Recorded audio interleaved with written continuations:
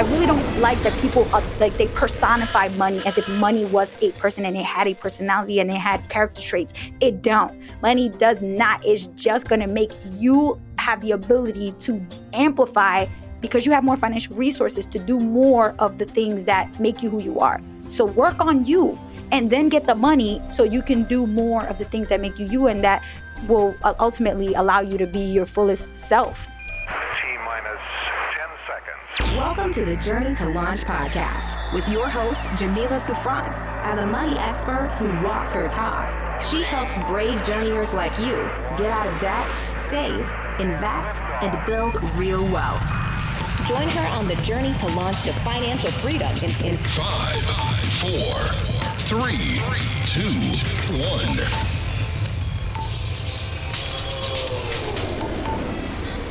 Hey, real quick. It's Jamila here, and I have some exciting news to share with you. My first book, Your Journey to Financial Freedom, a step-by-step guide to achieving wealth and happiness, is finally available for pre-order. That's right. You can pre-order my book right now, today. The book is officially out December 5th, 2023, but you do not have to wait that long to get some resources and information to help you. If you pre-order the book today, I'm giving you some fabulous bonuses that will help you with your financial freedom and independence journey. I'm giving you the financial toolkit for free when you pre-order the book.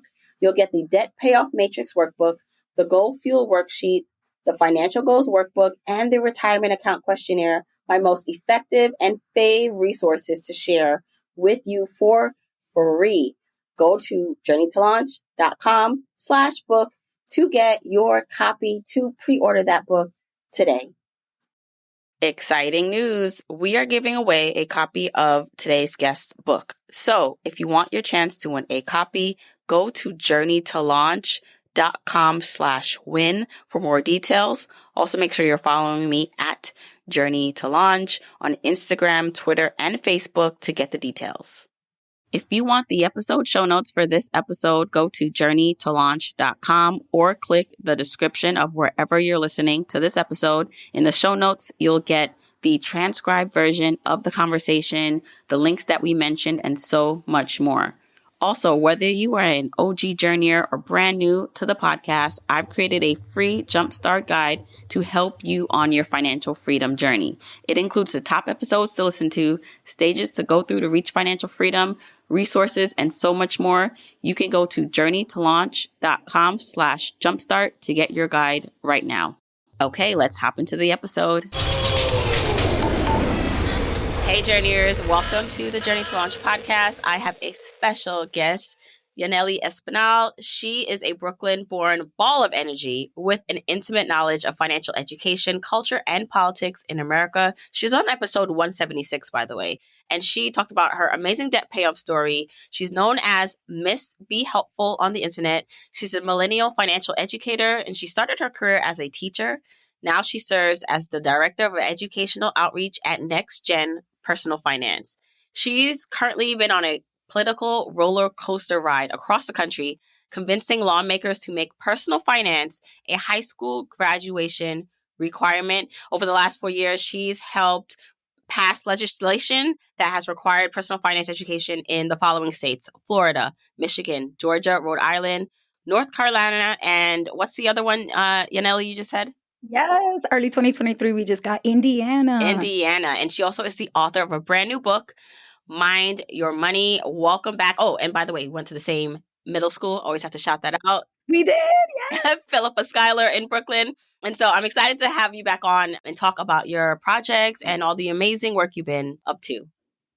Thank you so much. I love being back on. Honestly, while the first conversation was definitely more about like a personal thing, now that the book is out and I've been doing a lot more work in schools, it's like more than personal. It's like this legacy building kind of work. So I'm so glad to be back. Yeah, I mean, you are making like changes. This is the kind of work I love seeing because I know that kind of what we do on the personal level and sharing it through podcasts and blogs and even courses, we put the responsibility on the person to make changes, right? To take like that self-responsibility, right? Which is important. Yes. I wholeheartedly believe in that.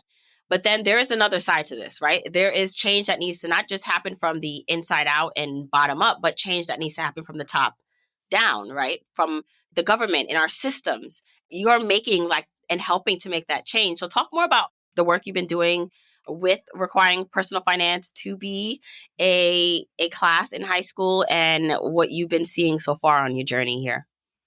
Yes. So this work has been probably the past of almost 2 full years of my life. So it's definitely a pivot, because before I was just working on like curriculum, activities and videos and projects and homework assignments and tests that teachers could use if they wanted to teach a personal finance class. Now, some schools require this, some schools don't, and it looks different state by state by state.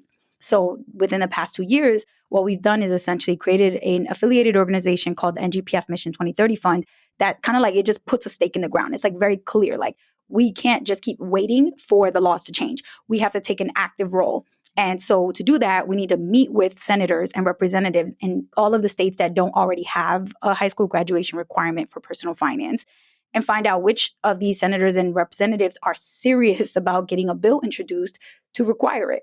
Because the reality is, a lot of people think having it offered alone is enough. Just like offering a course that some students can elect, like is an elective class on the schedule, like that's enough because they have access to it.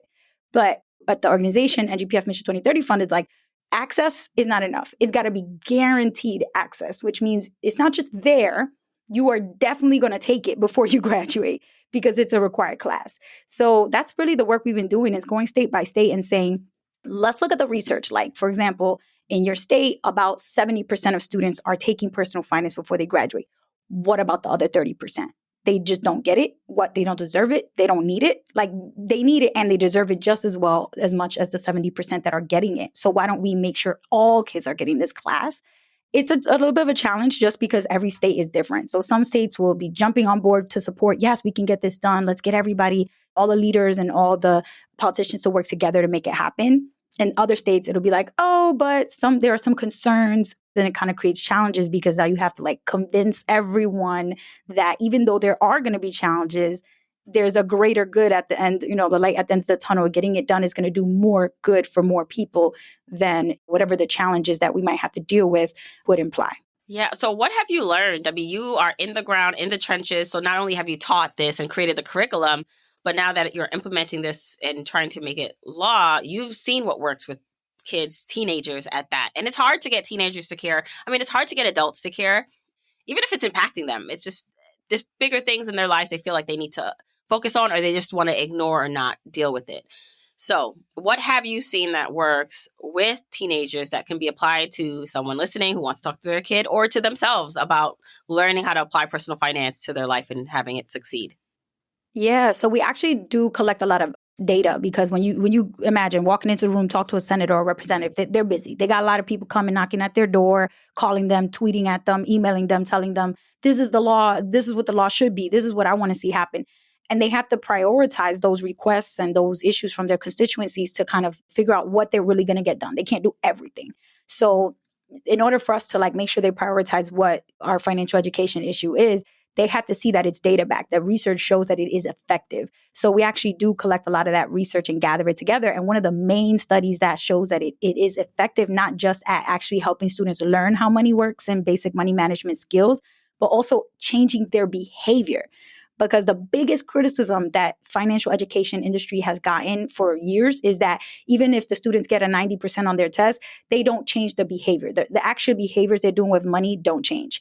That's not true anymore. Depending on how you teach the class and the type of engagement that you do, it can actually change behaviors. So there's one study called Just in Time, which shows that if you teach this when the students are 14 years old, right?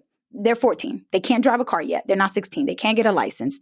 They're not looking for car insurance or trying to get a car loan. They can't even take out loans yet. So you're teaching it at a point where it's not the right time because they can't apply what they're learning immediately into their life. But if you push it over to like junior and senior year of high school, now they're 16, 17. Some of them are 18.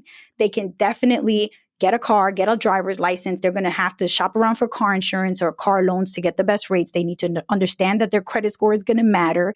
They need to understand basic things, comparing interest rates and understanding all of these connections around the long-term implications of a loan and in your name and missing a payment and all these kinds of things. And not only that, but they're excited about those topics.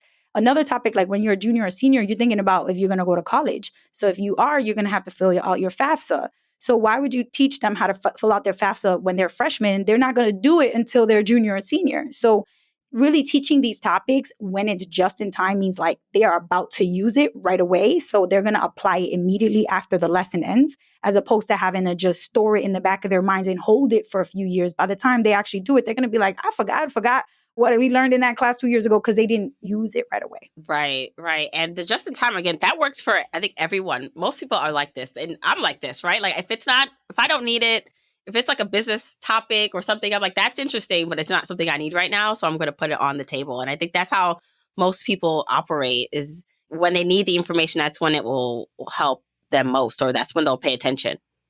That's right. And it's tricky though, because then it's like, oh, well, for example, a topic like retirement.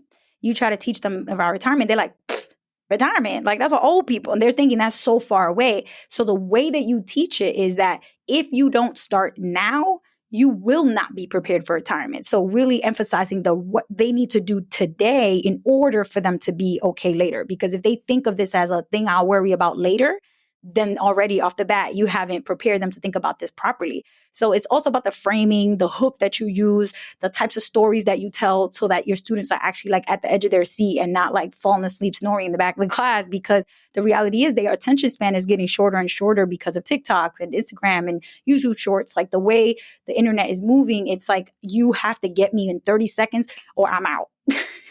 So it's harder. I mean, it's hard for us as adults. So imagine the kids and all this information overload that they get.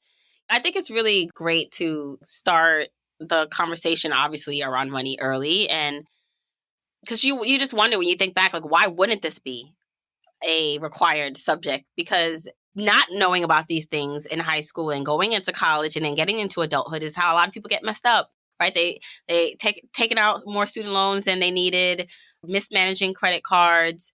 I can't imagine why you'd get pushback on making this a requirement.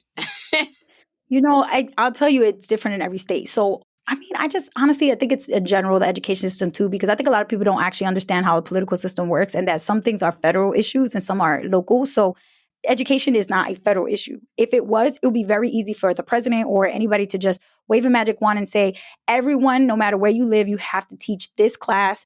You have to, this is required for graduation.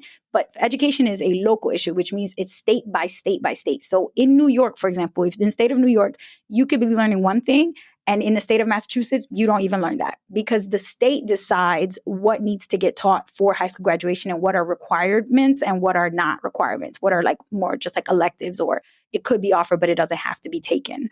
So because of that, imagine trying to get a job done that you have to do 50 times. You have to get 50 states on board. Now, right now, we're recording this early 2023, so there's 19 states that already have a full semester requirement. A bunch of the other states, they say required.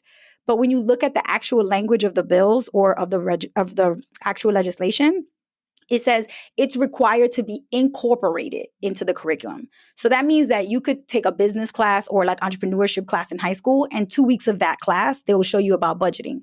And then all of a sudden, that checks the box for the requirement because it was incorporated. It does meet the language, right? The legal language. So it's kind of like a little bit of that legal stuff and making sure we read the bills to see, like, are you getting away with just doing a project about banking and calling that a financial literacy requirement? Like, it needs to be 18 weeks minimum or more where you're just learning about personal finance. So you're not sharing this topic with another course like marketing or business or economics, because the reality is those are all different. And personal finance includes banking, budgeting, credit, insurance, taxes, investing, paying for college, careers. Like, how are you going to teach that in a week? How are you going to squeeze all of that into 2 weeks? It's not possible. So we really do need to continue advocating for this full semester, which is 18 weeks minimum of instruction in all of these financial topics. And that's where the challenge comes in. Because now you got teachers that are like, how am I supposed to teach this when I also have all these other things that we need to teach them? And there's all these requirements. Like, the school day is only from 8 to 3. Like, what are we going to add, make the school day longer? Like, we can't do that. The teachers union is not going to like that. So you kind of have all these players, the Department of Education, the teachers union, the teachers, the parents, the students, the administrators, the lawmakers, the bankers union. So there's so many players involved. It's kind of like when you think about too many cooks in the kitchen type of thing. So you got to convince all of them to get on board with the same bill. And once everybody says yes, then it moves forward. So that's kind of what the challenge is.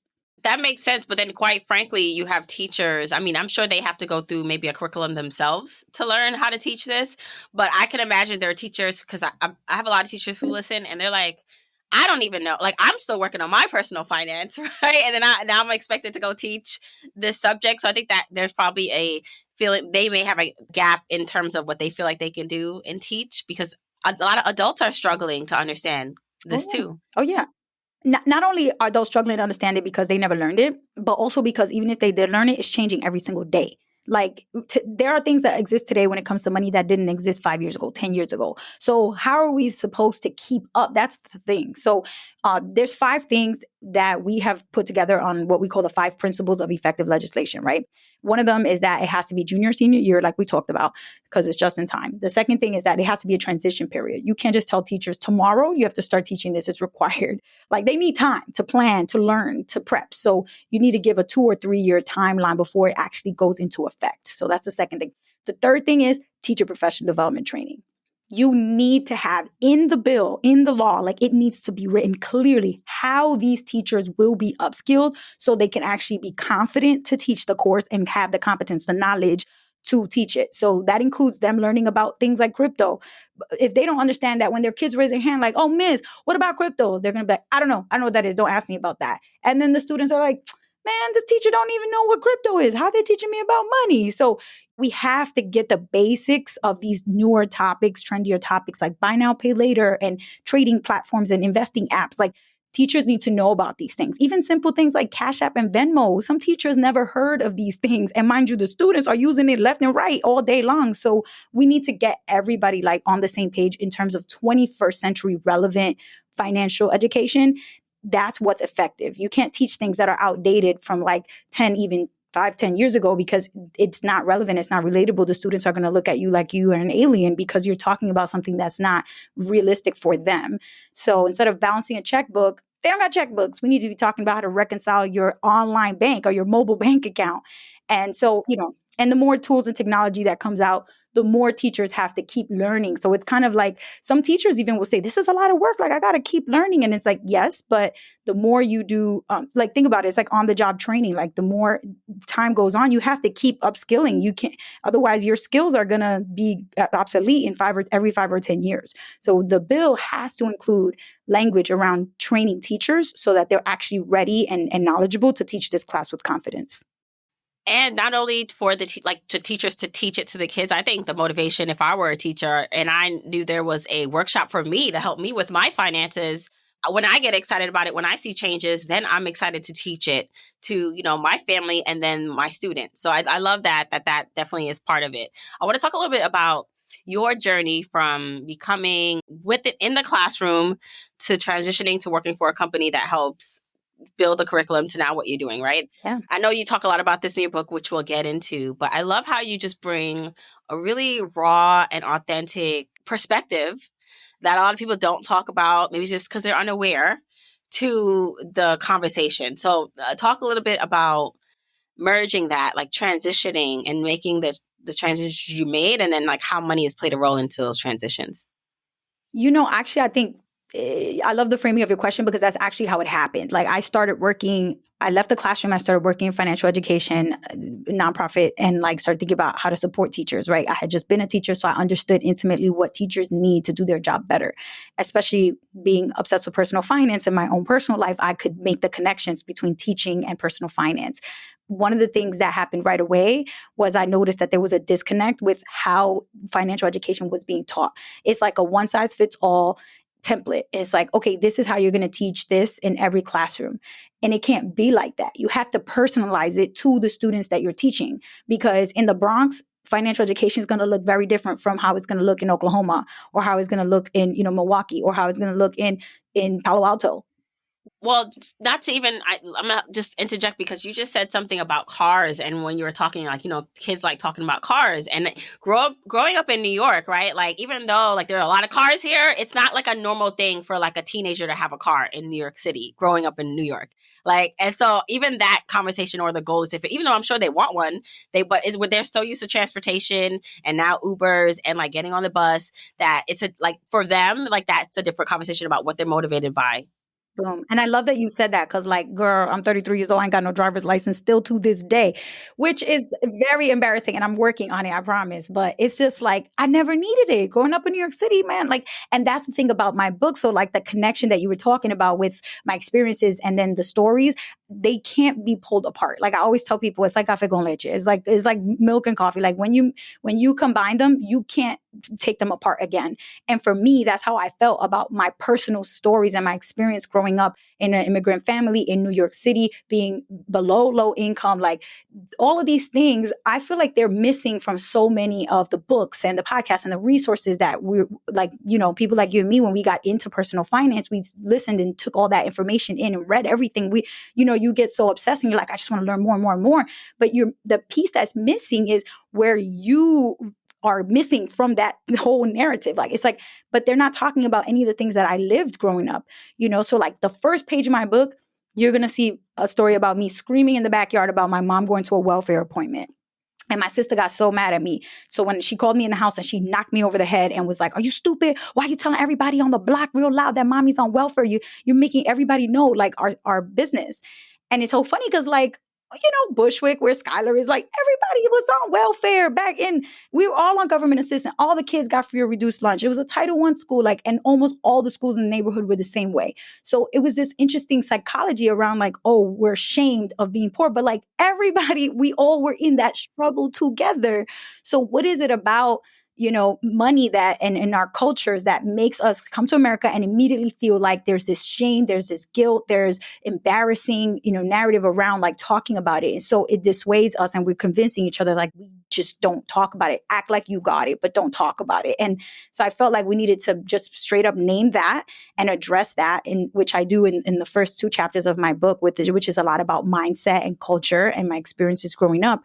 And then the second piece of it is connecting that directly to systemic issues that need to change, because the reality is, like you said, like you can change all you want on a personal level, but there's 2 approaches that have to happen at the same time in order for something to get done. The personal responsibility, which is kind of from the bottom up, and the top down systemic change. And they meet in the middle to actually create change.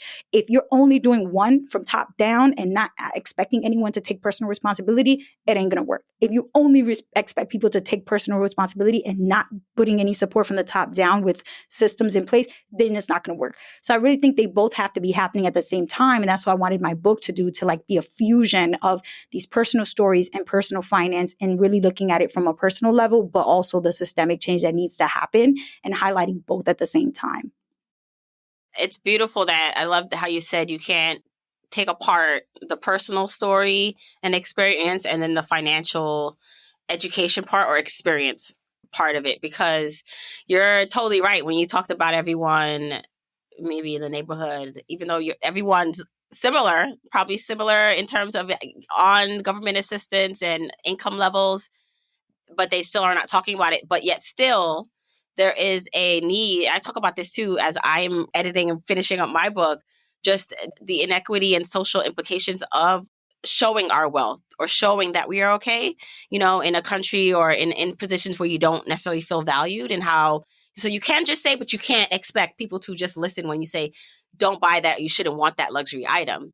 It works for me. It's just, I just need people to acknowledge that difference. You don't have to always solve it because it's deeper than us, it's bigger than us. But I think when we're talking about this way, someone who may be apprehensive, because I don't want to tell someone just telling me who has no clue about my background and my immigrant story and or growing up poor or just right at that middle class level, telling me that, oh, it's easy, just do this. And it's just like, there's more to it. So I love that you bring that into this to the conversation. Yeah, there's so much more to it. And like even just one simple thing I'm thinking off the top of my head is like the experience of like budgeting, right? Like everybody's always like, pay yourself first and like you make a budget like this and do things this way. And it's just like, again, cookie cutter template type of advice that we all get when we start learning about money and personal finance. And in my book, I'm like, one of the things that I never saw mentioned or never, witnessed conversations around in the space of personal finance is when your budget includes things that are not your traditional cookie cutter type of category in a budget, like remittances. And I put in there a line about how I watched my mom stretch her dollars to reach the Caribbean. Somehow, some way, she never had money, but somehow she always had to send money to her sisters and brothers, to my aunts and uncles in the DR. And I watched her do that. And somehow I learned about budgeting from so many different books and websites and articles and podcasts, never, ever mentioned anything about remittances.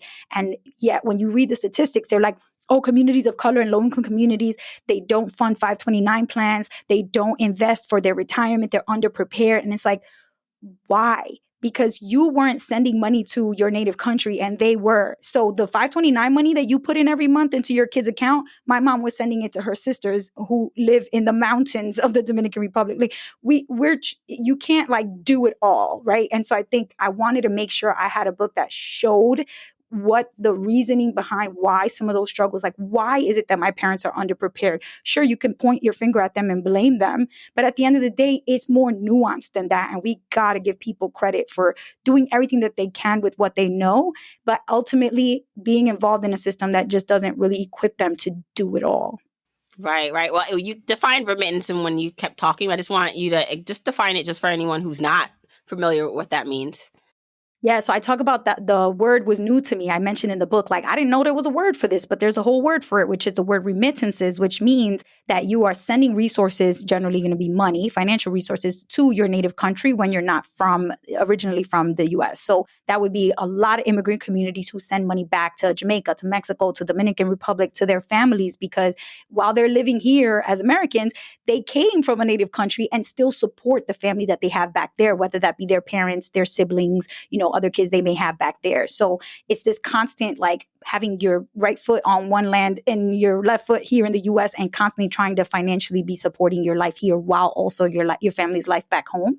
And remittances is something that's very common. I just don't think I grew up ever knowing there was a word for that. I would just be like, sending boxes of stuff and money to the DR was a normal part, of our life.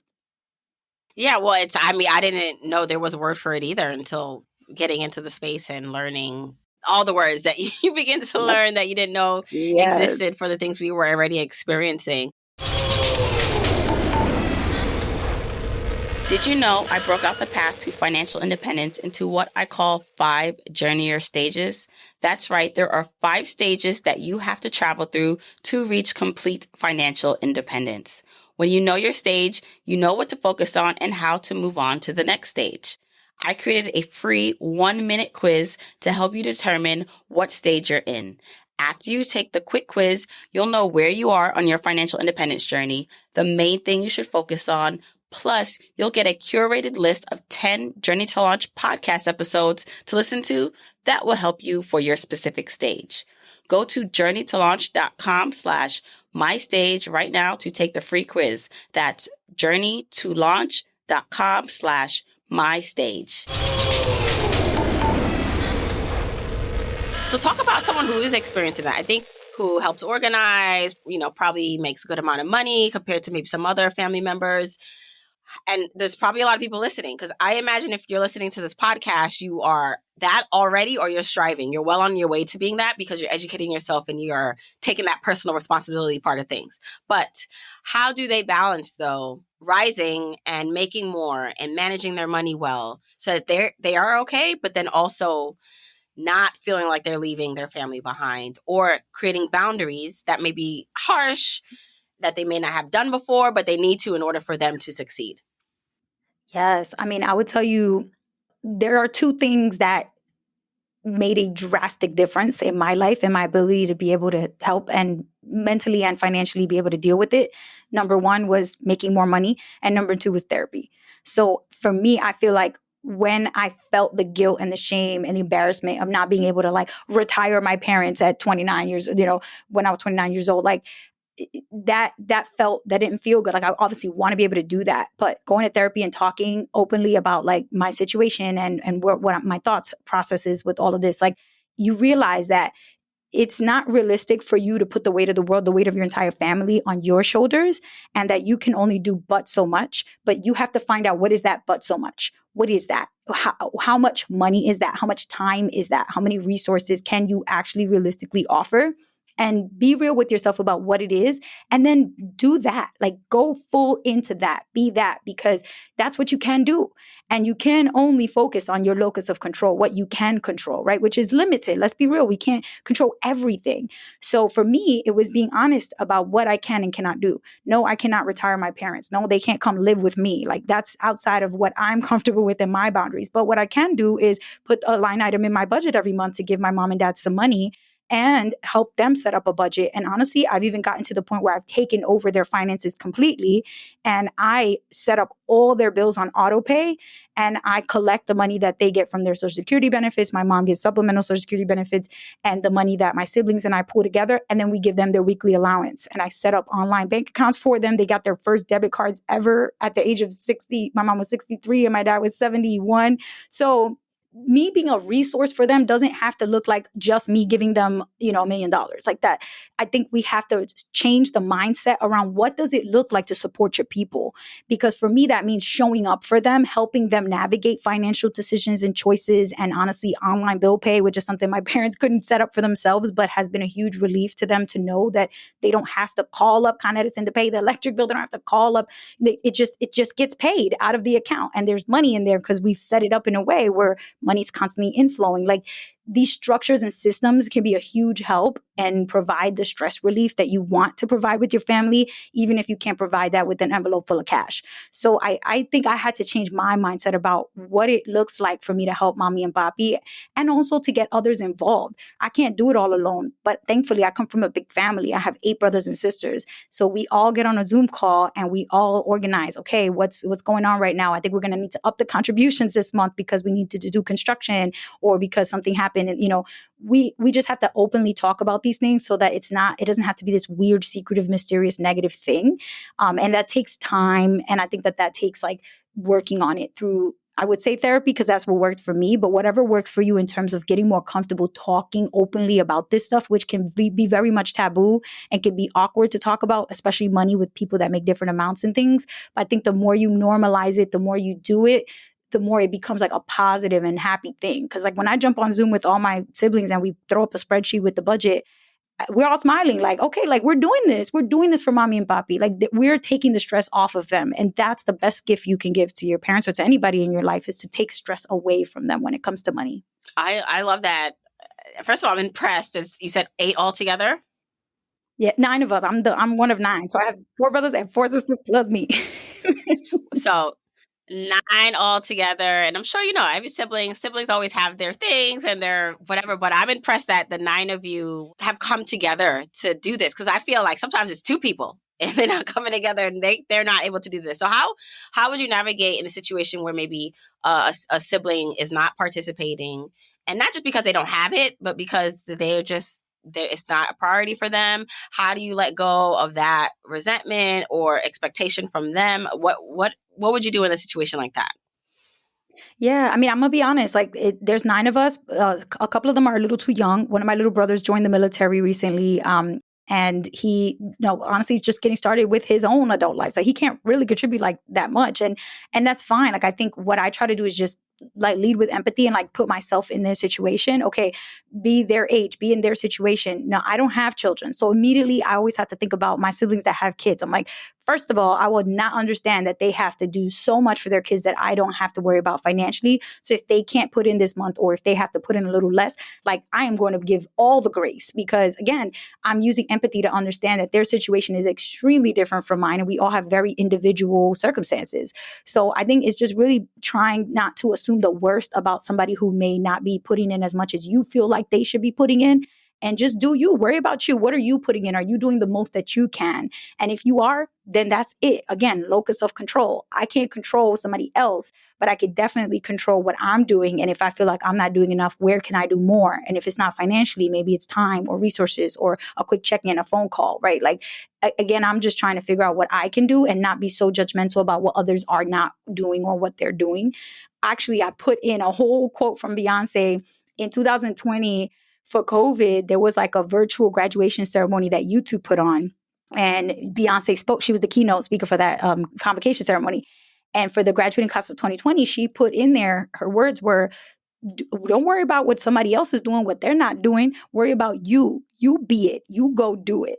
I took those words and I put it in my book because I feel like that's exactly the kind of energy we all need to be putting into our own personal financial situations, but also when we're trying to support others, focus on what I can do, because we're so quick to look at what somebody else is doing or what they're not doing, or they're not doing as much as me. And again, what is that doing? Brewing negativity, and it's not helping you get to the end goal, which ultimately is for you to help relieve the stress off the people that you love. You talked before about therapy, and I know your book is based on the internal journey it takes to transform money. I'd love to just talk a little bit more about that and what else you found to help internally someone feel like they can accomplish whatever dream or goal that they have for themselves, like, because money will most likely be the helpful part of that, the fuel to help them do that. So how do they start to change their mind around what's possible for them? Yeah, I mean, I think it starts with, who is your mind to you? Like, your mind has a little voice. Everybody's mind has a little voice, right? And who is that voice? Is it a voice of positivity, of reason, of, being helpful?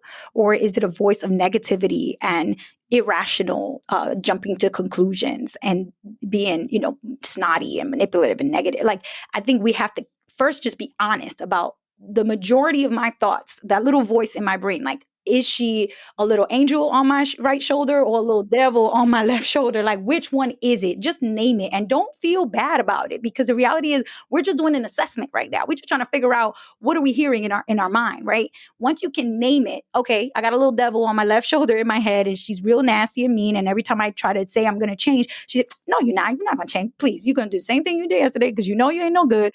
So when you start to hear that, like, now you recognize it. The first step is to be able to name it and recognize that it's not what you want it to be before you can even change it. Because there's a lot of people that are in denial about the fact that the voice in their head is not helping them move forward.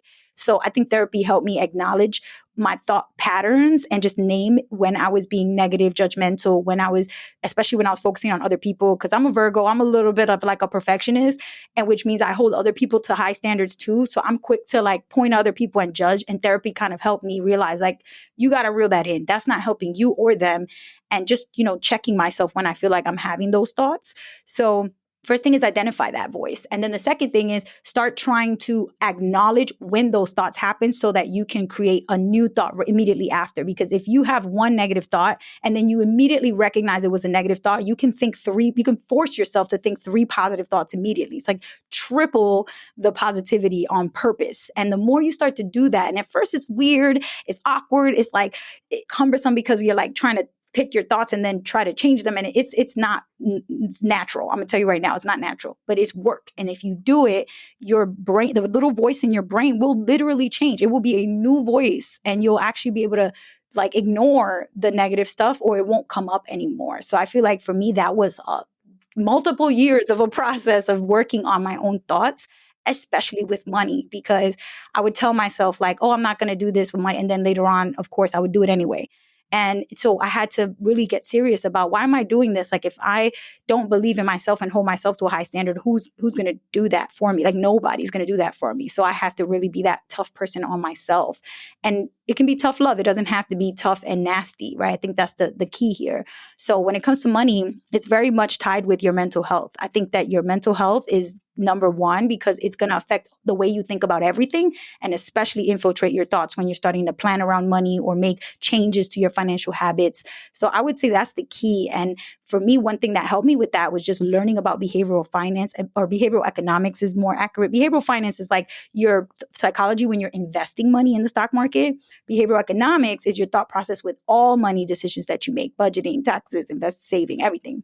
So behavioral economics is more of like a science around what happens in your brain when you're using money and thinking about money. And for me, that's why my chapter 2 in my book is all about the behavioral science, the behavioral economics, because that once I started learning about it, I realized, oh, that happens to me all the time. Like I'll literally justify in my mind why it's okay for me to buy this, even though I have 2, 3 of the same ones at home. And once I started to pick up on these biases that have names, kind of like naming like a remittance, like putting a word to it, now you can actually identify it, name it, and call it out and check yourself and start to change those behaviors. I love that. I mean, when I think about how powerful, I'm thinking about sports now, and someone like the greatest athletes or anyone who's really good at what they do, and especially the ones that they say, like, I was not the most talented person, like I was not the most athletic. What allowed me to succeed above my friend that actually had the skill set was that I was determined. Like my mind would not let it go, and I just feel like it's one of those things. If you can really understand and work on, it's not going to be perfect, but if you can understand how having a strong mindset, how mind over money, minding your money is it, and because I know it sounds like, well, physically I want more money, like I want to do the action, like just tell me what to do so I can have the thing. And it's just like, no, but first it's like who you are and what you think, and who do you need to be to then have the thing. And so I just think I love that we're focusing and we're talking more about that. And I find that more people, or more, at least maybe it's my personal finance friends like you, are talking more about it with our communities, because we do realize that that's one of the main differences. I saw a clip of Gabrielle Union recently, and she was talking about like she still lives in a scarcity mindset. With Dwayne Wade, he makes, I don't know how, I know he makes a lot of money. She makes a lot of money, but she still feels that it's not enough, that if something doesn't go right for her, like, is someone going to be able to eat? And I'm like, look at that. Like, still at that level of wealth, she still is feeling like if something happens, it's not enough. Yes. Yeah. That's the deep psychology, that deep psychology. And I know that it's an ongoing like conversation and journey, but even if someone were to give you like millions right now, it's not going to fix all the internal things happening inside of you right now. You got to start that. Yeah. Actually, I was going to say it's the opposite of fixing you. It just keeps you the same. So when you make more money, you do more of who you are with your money. You do more of what makes you who you are with your money. So if you're a messy person, if you're messy, when you get more money, you're going to be more messy, because now you have more money to be more messy with. If you fix that and you are actually in a place of abundance and health and like happiness, and you know what's enough for you, and you feel like you're financially confident and be able to make savvy choices, when you get the money, you're going to execute on the money in that way, because that's who you are. That's now who you are. So when you're an evil person and you have malicious intentions and you want to step on people for your own profit and power, when you get more money, you will continue to do those things with the money. The money will enable you to do more malicious stuff. So I really don't like that people like they personify money as if money was a person and it had a personality and it had character traits. It don't. Money does not. It's just going to make you have the ability to amplify, because you have more financial resources to do more of the things that make you who you are. So work on you and then get the money so you can do more of the things that make you, and that will ultimately allow you to be your fullest self. But if you're not your best self yet and the money comes, the money's going to go. You're going to use it in the wrong ways or misuse it. And so I really do agree with you. Like, you kind of have to do the you part first and then get the money for you after, because if it comes in the wrong order, we know what happens. We've seen all these people who win the lottery and then the money's gone. We see all these athletes who go bankrupt. We've seen the stories. We know what happens. Why? The internal work wasn't done. Mm. When you're now like moving forward, right? So you have your book and you're still doing your work. How are you seeing your career? Like the next step, and not to like put, because I hate also too, sometimes people ask me like, what's your next step? And I'm like, I don't know. I'm just like, let me get this book out first, girl. Let me get this book out first. But for you, I just love to see the natural progression of you merging. I think when I looked at the title of your last episode, it was how to pay off debt and merge your talents with making money, because we focused a bit on you paying off your debt and then turning your passion for talking about money into your brand, Miss Be Helpful. And then like, I love to see now your transition, or, you Miss Be Helpful, and then how you have now even professionally are doing personal finance, right? In a professional, Yeah. big way. And so what for you, if you could lay out the next natural progression, what does that look like? What are you excited about? What's going on? Yeah. Well, I mean, offline a little bit, I was telling you about this, but I just feel like I'm at this point where I'm so excited to build out projects and be particular about choosing projects that allow me to really have fun with the work that I'm doing. Because ultimately, I have the privilege of being able to do a job that I love. Like, I enjoy what I do. I love making content. I love helping teachers, changing the education system. I love speaking. Like, so the more I can do those things, the more I realize, like, I'm so blessed because I know so many people personally in my life and also just in general that don't love what they do. They just see it as a way for them to have financial security, to be able to provide for their families. So they just show up, they do the work, they come back. They don't love what they do. And so when you do love what you do, you have to recognize that that's a privilege, that's a blessing. That's, you're lucky. Not everybody has that. So A, I'm naming that and recognizing that. And then B, I'm saying, okay, well, now that I have that and I appreciate it, I'm so grateful for it. Let me lean into it. Let me double down on that. Like, let me do more of the things that, like, honestly, I would do it if I wasn't even being paid for it. Like, what are the things that I would do even if I wasn't being paid to do them? And for me, that's sharing more, right? Like, for me, I'm very much concerned with serving others. Like, my family has always been, that's just been instilled in me. Like, you always are of service to others. And my mom, she always tell us, like, she never had anything, but somehow if she had a little, she would always share. She would always give to others. That's just in her nature. And I think I just got that from her, trying to help everybody. Like, when I created my YouTube channel, I was like, I want to be helpful. I want to help people. Like, literally made my name that, because that's just, it's in my nature to be of service to others, to, the teacher in me. And so for me, like, that means showing up to more in-person events, conferences. COVID was rough. Like, I feel like now that we're kind of able to do more in person, like, I want to really be in that. So, in 2022, I got a chance to be on stage at FinCon, and that was awesome. Like, the biggest audience I've ever spoken in front of, and that, like, fired me up. I want to do more of that. Like, so now I'm going to be doing more in-person conferences, specifically targeting women, specifically targeting low-income youth, urban youth, and specifically targeting first-generation students that are the first in their family to go to college. That's kind of like my onion. I think about, like, layer one, like, women, millennial and Gen Z women, like layer two, like teens who are the first generation that are going to go to college for the first time in their family, because I realize that those are the things that for me I'm uniquely qualified to talk about those experiences and to be super valuable for those types of people, because we share that experience. And I have so many lessons that I could pass on from that. But I mean, I don't want to just be doing stuff just to do it. So like Marketplace, like, they reached out to me, they want to do a podcast specifically for teenagers. 100% I'm going to do that project, because I would do it anyway. Like, I'm already trying to get public schools to have more financial education. So if we could create a podcast that teachers could use in the classroom in schools, or assign it for homework, like, that would be amazing. So it's all the work I'm doing is kind of in support of, like, this main core mission that I have, right? Which is to continue to support the next generation of learners, of women, of first generation Americans who really are the ones that kind of don't see themselves reflected generally in finance, and to begin to share with them, like, hey, your story is included in this. You can see yourself in this too. You belong here. You fit here. Your path is just as viable as anybody else's path. I think that's where I'm at right now, and just trying to do more creative projects. So, like, hosting the Marketplace podcast, publishing my book, partnering and speaking, and being on the road. One of the things I'm toying with is the idea of actually being on the road, doing like a tour. So I don't know if it's going to be like a bus or like a van or something, but to travel city to city and actually do a speaking tour that includes going to schools and visiting students and sharing copies of my book and just answering their questions. Like, the truth is, these teenagers have so many questions and they don't know who to ask, because honestly, most of the time they're not encouraged to talk openly about this stuff.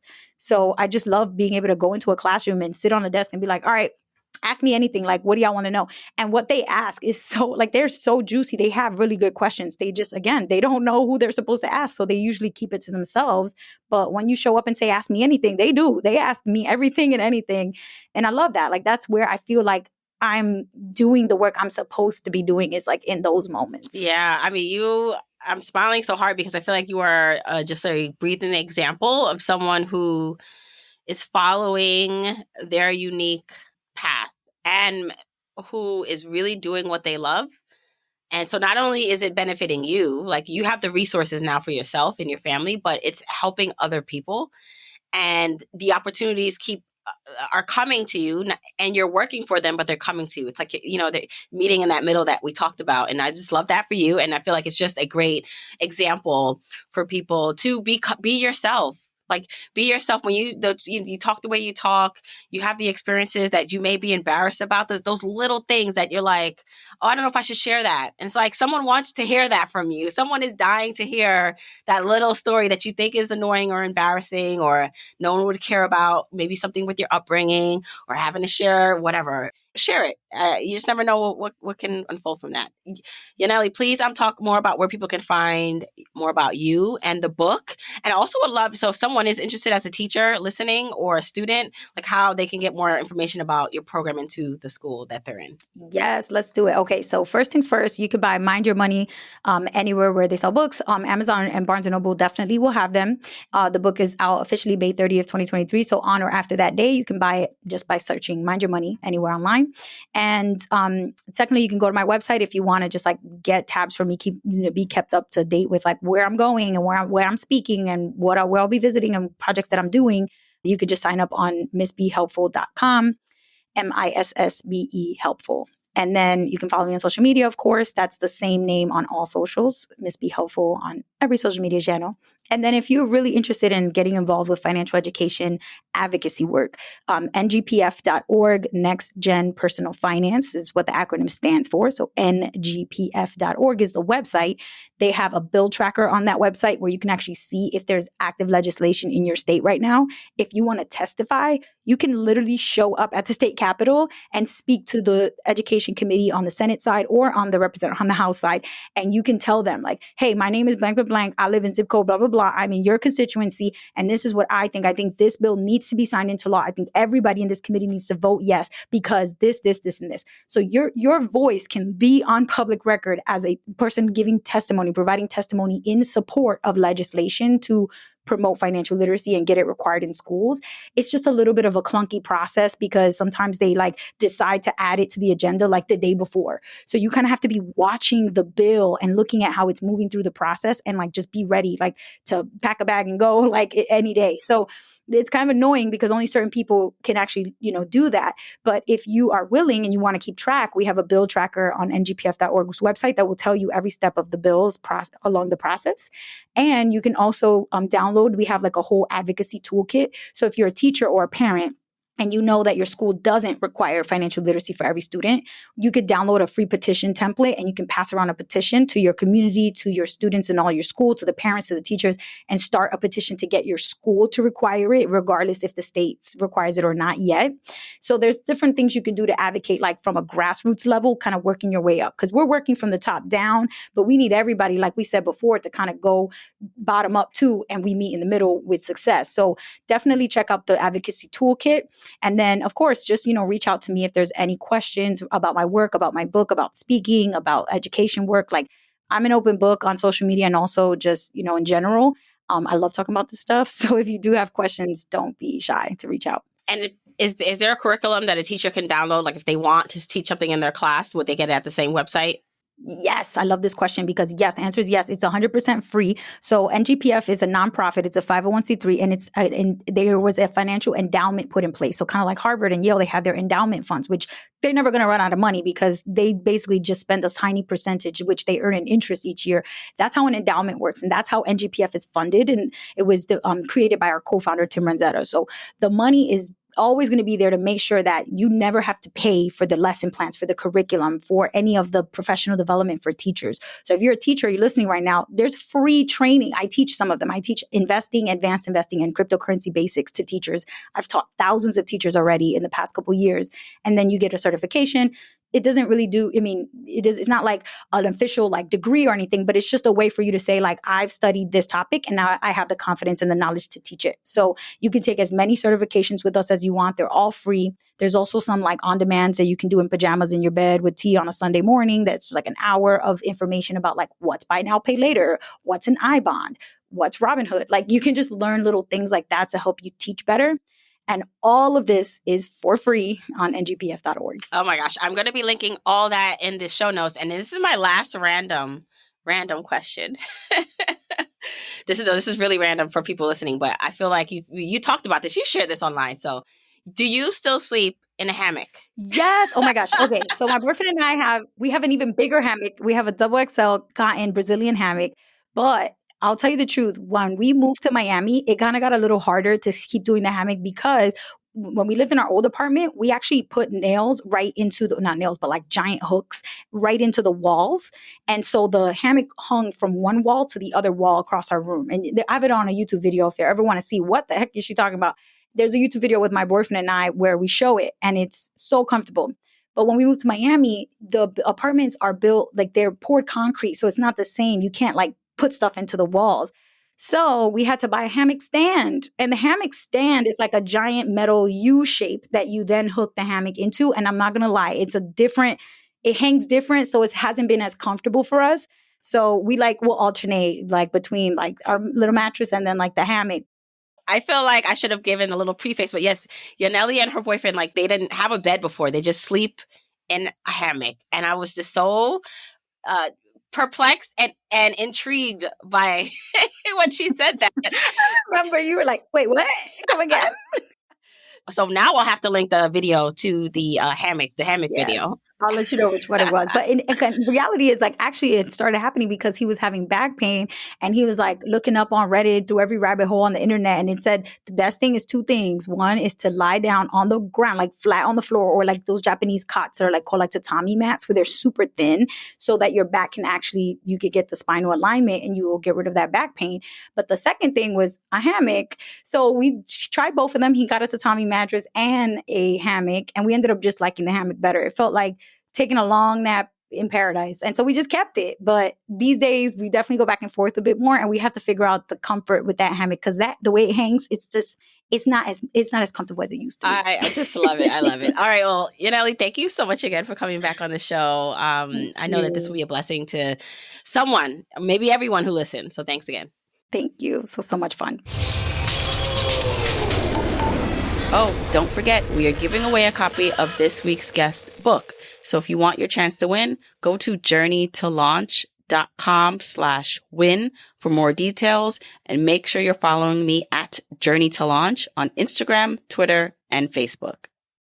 Don't forget, you can get the episode show notes for this episode by going to journeytolaunch.com or click the description of wherever you're listening to this. And you can still grab your Jumpstart Guide for free to help you on your journey to financial freedom by going to journeytolaunch.com/jumpstart.